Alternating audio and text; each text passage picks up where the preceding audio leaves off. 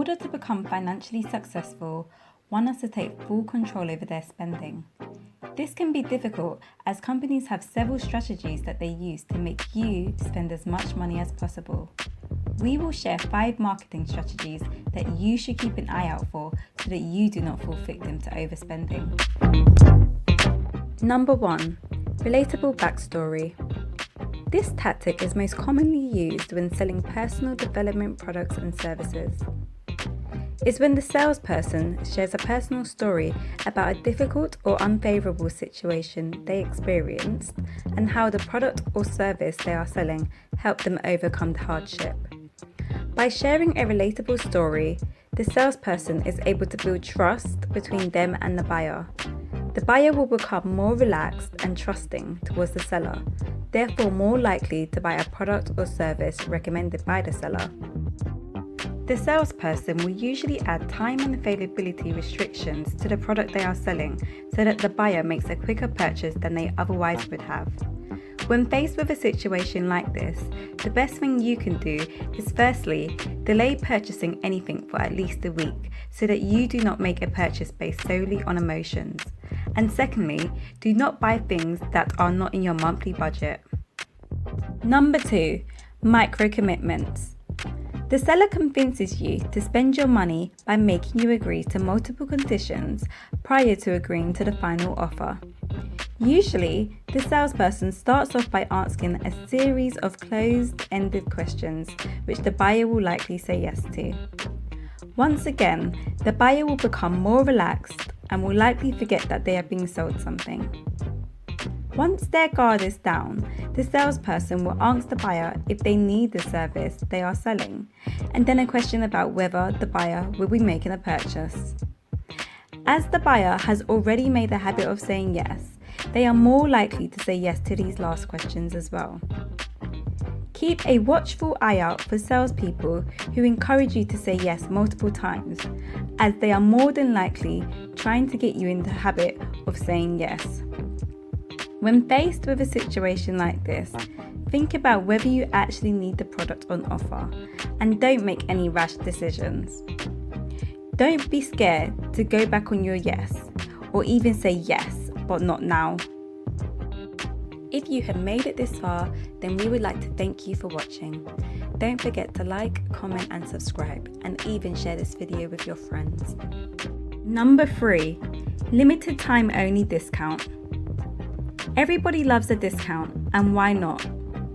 Companies entice buyers with limited time only discounts, and we fall for them. This type of promotion creates a sense of urgency.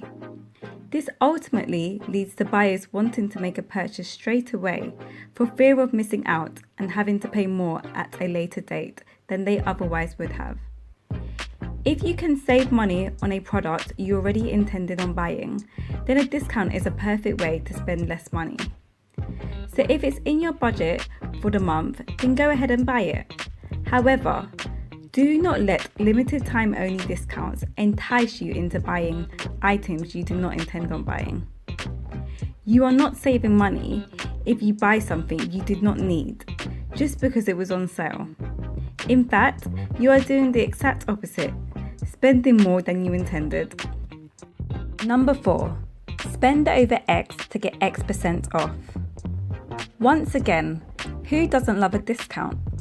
We all do, which is why there are so many different discount variants.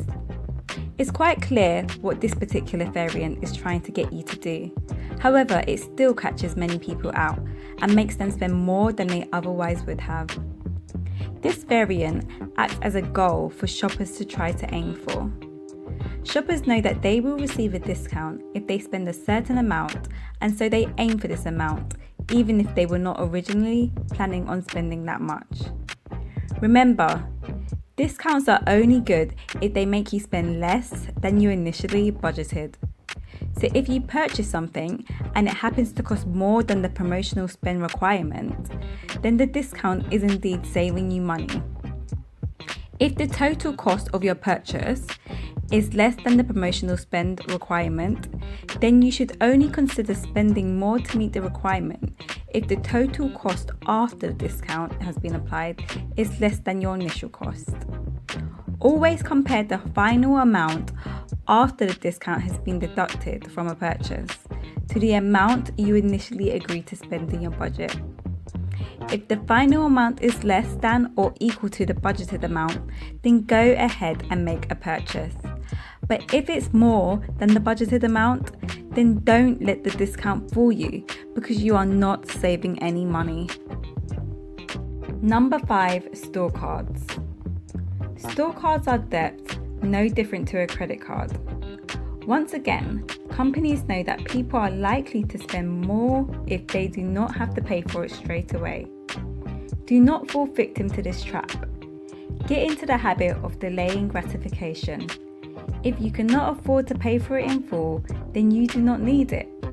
Save up and wait to buy it at a later date. We have just shared 5 ways you are tricked into spending more money than you planned. Leave a comment down below letting us know 5 more ways companies trick you into parting with your money. Thank you for watching. We are Mob, the place you come to be inspired to make oneself better. We've been working hard to help you develop a winning mindset so that you can take on the world and win this game called life. Don't forget to like, comment and subscribe, and even share this video with your friends. Let us know in the comment section if there is a topic you would like us to discuss next.